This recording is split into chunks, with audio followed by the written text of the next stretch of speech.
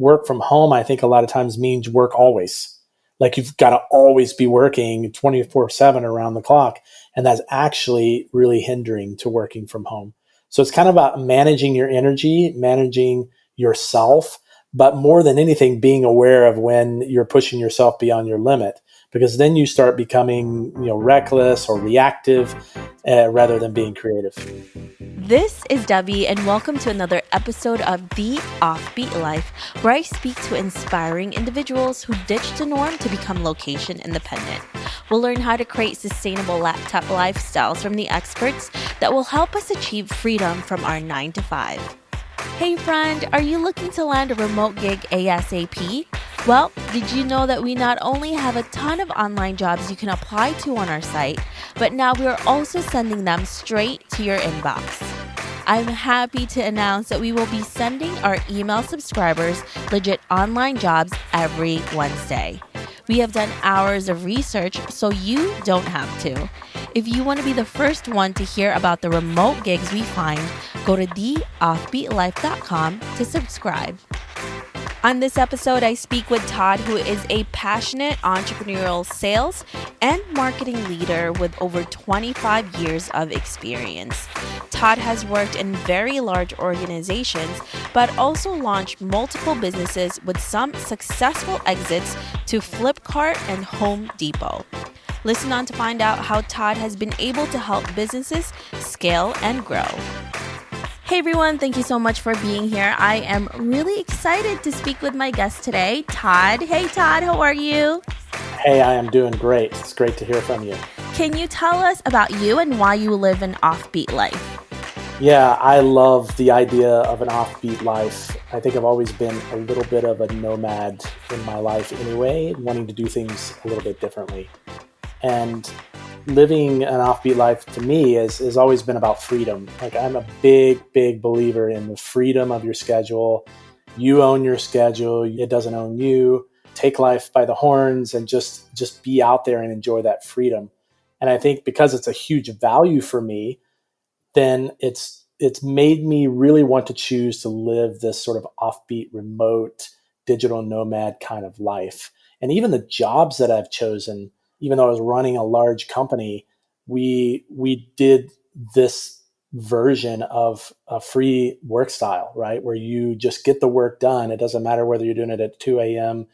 On a Saturday. It's up to you. You work your life around your job instead of your job rules your life. So this is why I've always chosen to do it for myself, is this value of freedom. It's so interesting how for most of the jobs, the 9 to 5, most people are really unproductive, right? Because It's not really working for when they're at their most productive. It's when you're told you should be productive. So for someone like you, Todd, who did a workaround and you ran a company that was doing this, that is pretty incredible. And that's pretty unorthodox for a lot of companies. How did you manage to do this and realize this was more productive? I mean, it's all about the people that you hire as well. One of my really good friends, her name's Christina, and she's from Slovakia. And I met her when I lived in London. And that in itself, that phrase that I just said shows you that, she is this nomad and I am as well.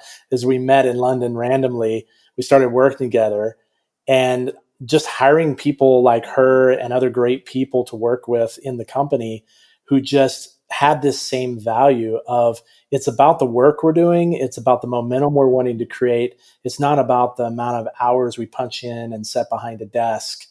I've done so much of my work from coffee shops, from hotel rooms, from outside in a park. I mean, it's crazy. Here in Austin, they have those scooters everywhere, right? Those electronic scooters. Yeah. And so there are times where I'm just like, I need a bubble tea.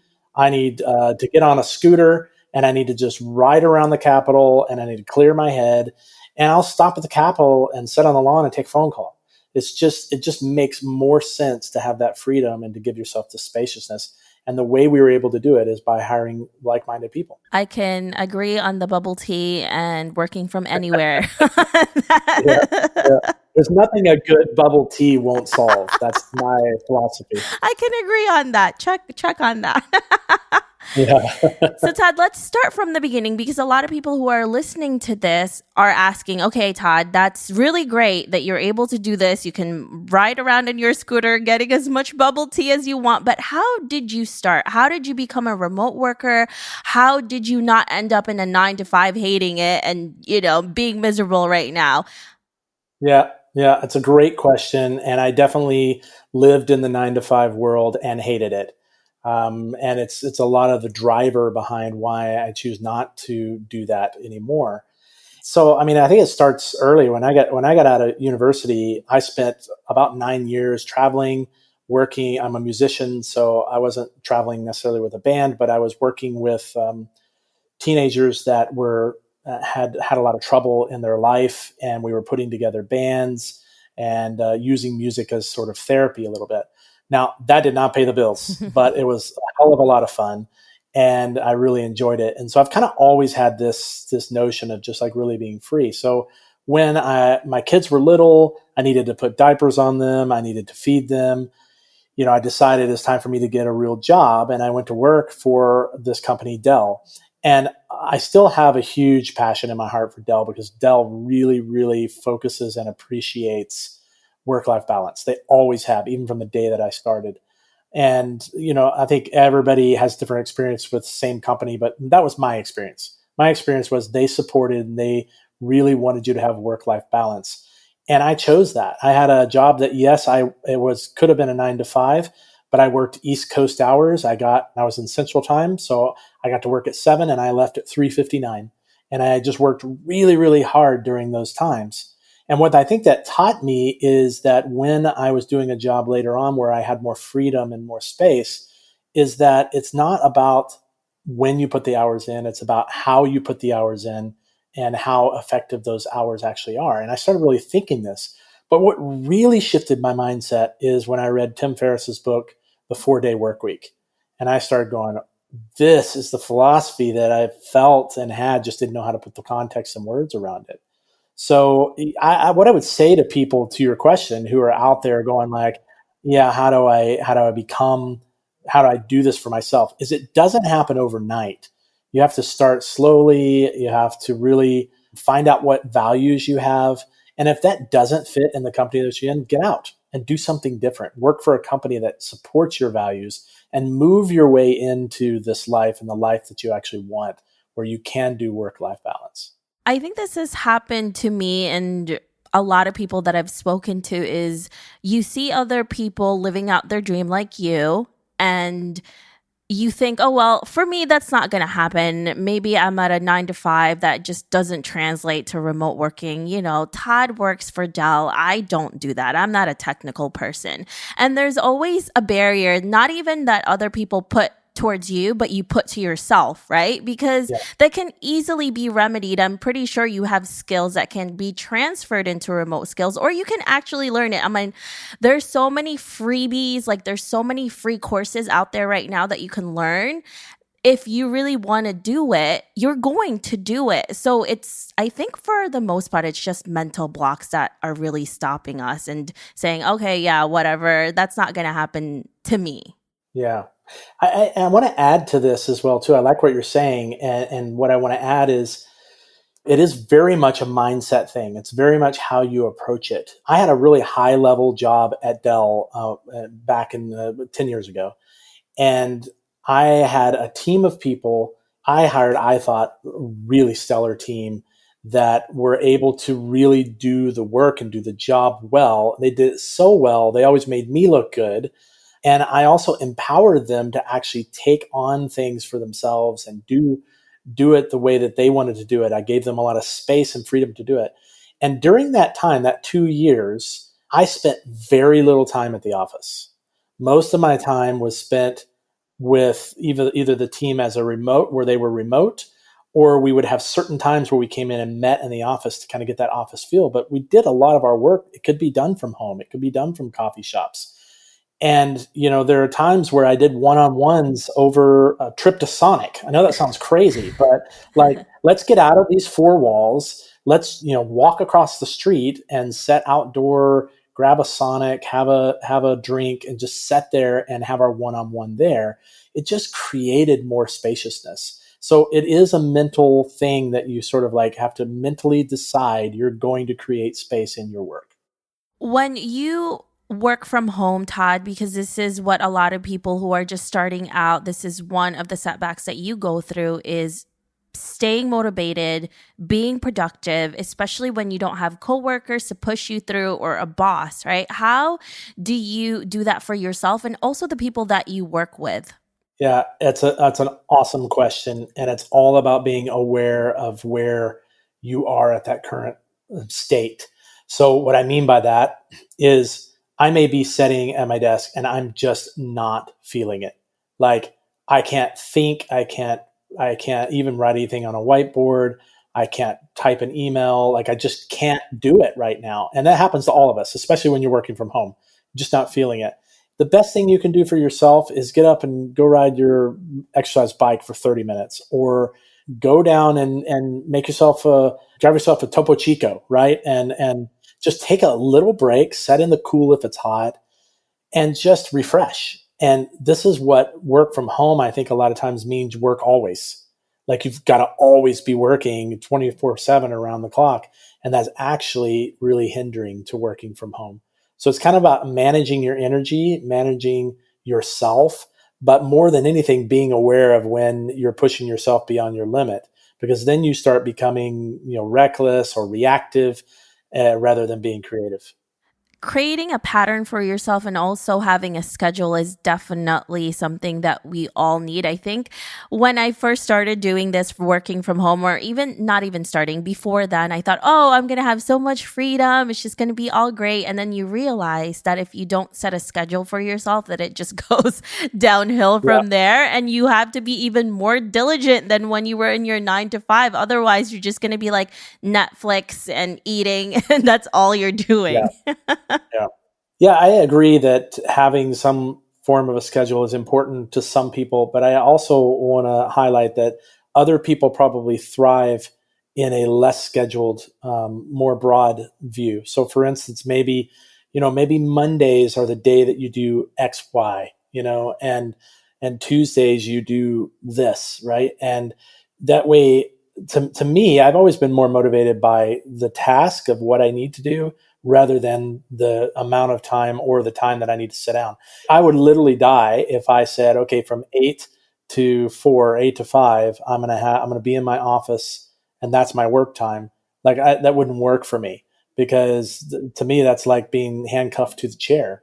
It would be better to say these days I'm going to get these things done.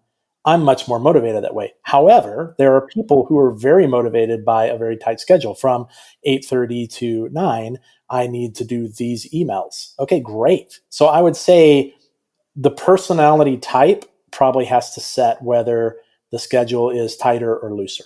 I love that. And also, this is one of the things that a lot of remote workers and location independent entrepreneurs really love about this lifestyle is the freedom to choose how you schedule your days. And this is what's like one of the best things about this lifestyle, right? Because you can't do this. You can't take a break in the middle of the day and just start bicycling and getting mochaccino and, a bubble tea somewhere, right? So Yeah. I love the fact that we become more productive when we have more freedom to do what we want. Yeah, I fully agree with that. And it's empowering when you can give yourself the freedom too. Because there are times where we get into this I should mindset. I should be doing work right now. I shouldn't be doing this. I should be doing that, as opposed to what's possible. What's possible for me today? What would I like to see done today? What is that going to require of me? What energy am I going to have to put into this to actually get this done? This is a lot better, more productive way of thinking than the I should really be doing this, because then it's easier to put things off. It's easier to procrastinate. And trust me, like I'm a huge procrastinator, but I've learned how to manage my energy in a way to where I know what gives me life and I know what doesn't.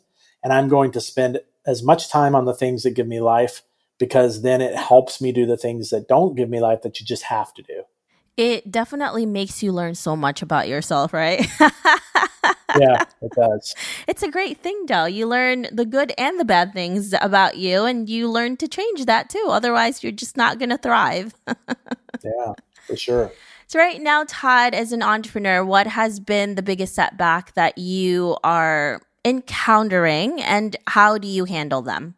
Yeah, I mean, as an entrepreneur right now, there's huge setbacks with what's going on in the world with the pandemic. And I think for me personally, recently I had some funding. Was working for a company for some founders, and I was setting up something here in the U.S. And that funding got pulled because of COVID. So I found myself with really nothing to do, and I needed to start thinking about what I was going to do next. And I had this initial approach of, oh my gosh, I've got to go get a contract with somebody. I got to figure something out. And I finally was having this conversation with my wife, and I was just like, you know what? Like, I wanted to take some time off, like, 8 or 9 or 10 weeks straight off. And I've never done that in my life. And I wanted to take this sabbatical next year in 2021. And I was actually even planning it. And I said, you know what? I'm going to look at this as a gift that maybe this is the time that I do it. So I actually just came off of an 8-week sabbatical. For the last 8 weeks, I have literally done no work, nothing, which is the first time I've ever done that since I was 15, probably. And so I think as an entrepreneur, you asked the question, what's really impacting me right now? What's impacting me is how do I now take what I've learned over the last 8 weeks and re-engage into doing something else that I know requires a lot of energy, starting something, putting something together, working for somebody, whatever requires energy. So how do I take what I've learned from this pause that I've had in my life to actually bring that into what's next for me so that I can bring some of the joy, some of the freedom, some of the ways that I've been living and experiencing the last 8 weeks into the work that I'm about to approach. Being grateful right now is really hard, right? Because there's so many losses. And I think what you ended up learning is this is what you needed. So Yeah. it's Yeah. kind of crazy how even in moments like this we can find something to see as a positive, because it can really easily be depressing and you can go down a really big hole of darkness when things like this happen. So that's always good to look at. And obviously it's not always sunshine and rainbows, but that's not the only thing we can think about, hopefully. Yeah, and I think one other thing that's it's taught me is, like, as an entrepreneur, you kind of work for the moment and you work for kind of a pot at the end of the rainbow as an entrepreneur. Usually that's what you're working for. And you don't spend a lot of time per planning for something like this happened in the world. And I think that it's definitely gonna make me rethink how I'm, positioning myself financially, how I'm, preparing myself in the future so that if there is a loss or a cut or something like that, it's not such a big hit, right? It's not such a drastic hit. And I know a lot of entrepreneur friends who are really struggling right now. They're trying to get funding and just the whole bottom fell out. So I think it's important to prepare and plan in your life, even as an entrepreneur, and we don't always do that. So, what would you say that is something that you learned with this pandemic that has happened, this crisis that has happened, that you would be changing in your business model that will help you just in case anything happens again in the future? Yeah, I mean, I think that there's a little bit more conservative approach that probably needs to happen from an entrepreneur standpoint. And being an entrepreneur is risky anyway, but there are ways to sort of hedge your bets a little bit too. And so I think for me, it's probably more just looking at what is sort of the path forward. How do you take that with the riskiness of being an entrepreneur, but still a little bit hedging your bets too? Meaning, maybe you're not going to, go out so far on the limb before you start sawing it, and so I think that, there's this idea of an entrepreneur jumps off the mountain and builds their wings on the way down. That maybe it's a little bit like, let's maybe have at least one wing built or have something prepared so that when we jump off that cliff, there is some fallback. There is some, because it's really uncertain right now. I think it's uncertain probably for the next couple of years in this environment. And so, how do we, as entrepreneurs, as founders, as people who are doing things on our own, approach this a little bit differently? Yeah. Again, so many learning from all of this that we can really take into the future, into our business, that in some ways is a blessing in disguise, because now we're more prepared, and unfortunately it had to go to this. So hopefully we'll just become better in the future. So, Todd, before any of this happened, did you and your family travel while you worked? And if you did, what were some of the best places that you have found that you were able to balance both work and play at the same time? Yeah, it touches on something because I so miss traveling. And we have traveled the world. We've traveled all over the place.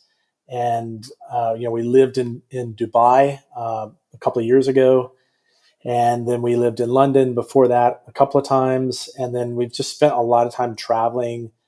Like I said, I used to work on the road like crazy. I might be in Taiwan doing some work for the US, or I might be, in Australia doing something. And so, like, I really miss that freedom and that experience of being able to sort of work anywhere. And I think it's important to kind of like highlight that it's not necessarily about a place. I mean, you say, what are the best places? I mean, obviously there's incredible places like Singapore and, London and Berlin and, different places around the world, South Africa, where it's just an amazing place to work. And I think the world is your remote, right? It's not necessarily a specific place. It's how you show up in that place, and it's how you step into different cultures and learn from them, and not expect them to be a Western culture if you're somewhere that it's not. And just really being open to the people and the environment. And it's such a learning to be able to travel and do this sort of stuff. And, I really miss that for sure. It's definitely a privilege for all of us to be able to travel and see all these different cultures. And I do agree with you on that. Is you can't expect a place to be similar or the same as where you come from. Otherwise, you shouldn't travel if that's what you want, right? It's Yeah. kind of crazy to me when I see people complaining about certain things, and I'm like, well, then why did you come here? It's going to be different. Yeah. Yeah. Yeah. I think we expect a lot of times that when we go, it should just be like our way. And it used to frustrate me a lot when I lived in London. I would see so many Americans who came to London, and I'd be like, oh no, I see why the Brits kind of roll their eyes at us when we come, because they'd be saying things and doing things and just expecting things to be a certain way, and it's just like, step into a country and look and appreciate what's different about it. When I went to Dubai, I mean, wow, you talk about a different world, like way different world. But I have literally met some of my best friends in this world in Dubai. And I think it's just being open to a culture, being open to learning, and not expecting, something's going to be a certain way. And I always intentionally did not look for groups of people that were like me. So, for instance, when I lived in Dubai, I had a lot of people like, "Oh, there's an American group." Like, I really don't. I live in Dubai. Like, I don't really want to be around a bunch of Americans, because I'm an American, but that doesn't mean that I have to take my bubble around the world with me, right? And I did the same in England. Our kids went to British schools when we were there, and I think it's important just to not become that culture, but embrace it and appreciate it. I love that type of traveling when you're really going out of your comfort zone, because that can be very hard, especially in the beginning when you're trying to find your footing in a different country, especially if you don't know the language and how people behave and act. It's also a form of respect, right? It's really how we should think about this. When you're traveling to a certain place, you have to respect it. Like you expect people to respect you when they come to see you. It's like being in somebody's home. You don't start, nagging or complaining about things. That's just plain rude. Yeah, yeah. I also, when I traveled a lot, there was a couple of practices I did when I traveled all over the world. Is I would do a little research ahead of time. I would try to find somebody who maybe was in similar work that I was, or had a similar hobby or passion as mine. And I would, you can do this. You can find this out on Google really fast from LinkedIn, Facebook, whatever. And I would connect with these people ahead of time. Say, hey, listen, I'm coming. For instance, I connected with this guy who had a really interesting background in Russia, and he had been ousted because of some of the things he had said about. He was a journalist, and he had been ousted from his job because he had said some really derogatory, in their mind, to the Orthodox Church, and they kicked him out of being the journalist of this magazine.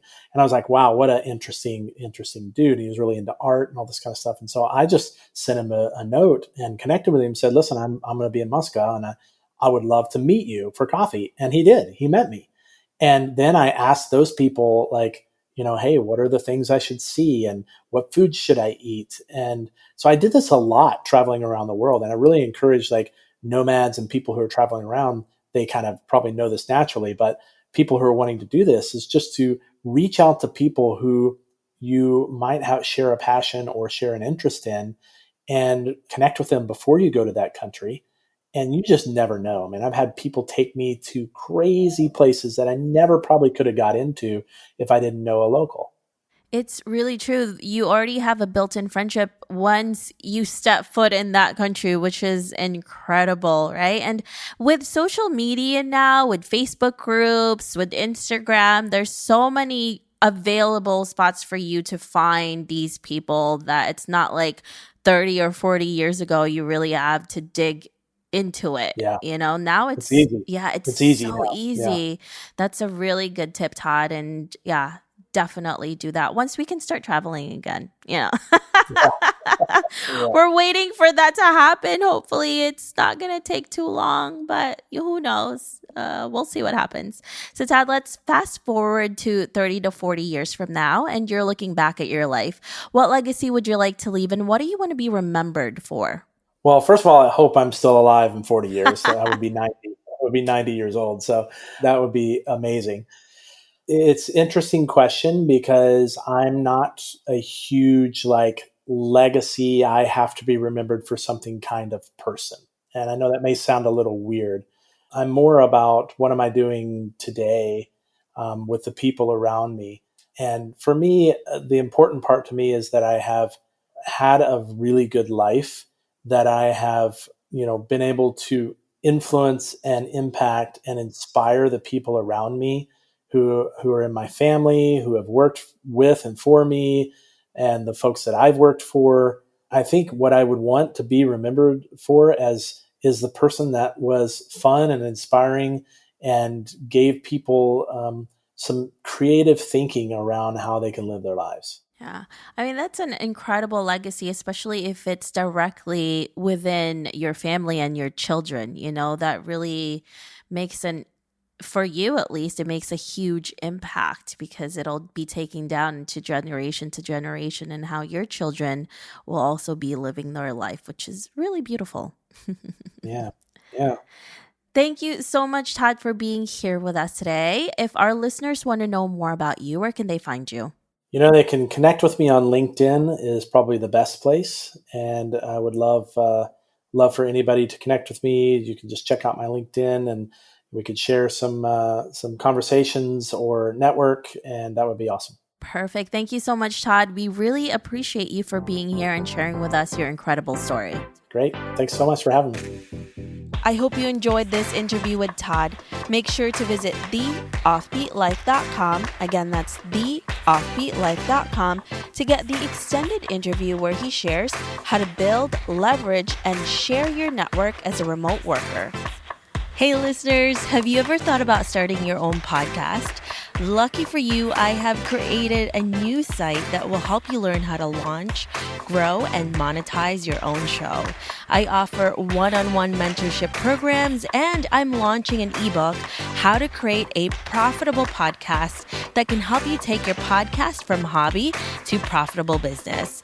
Visit howtocreateapodcast.com to learn more. Again, that's howtocreateapodcast.com. See you there. Hey, listeners, thank you for listening to this episode, and I'm so thankful for your support. I would love to hear your thoughts on this episode and get suggestions on guests, topics we can discuss, and so much more. Feel free to reach out at hello@theoffbeatlife.com and let me know what you'd like to hear. If you like the show, don't forget to give us some love and review on iTunes. Thank you again for being a part of this journey, and I can't wait to hear how your location independent story will unfold.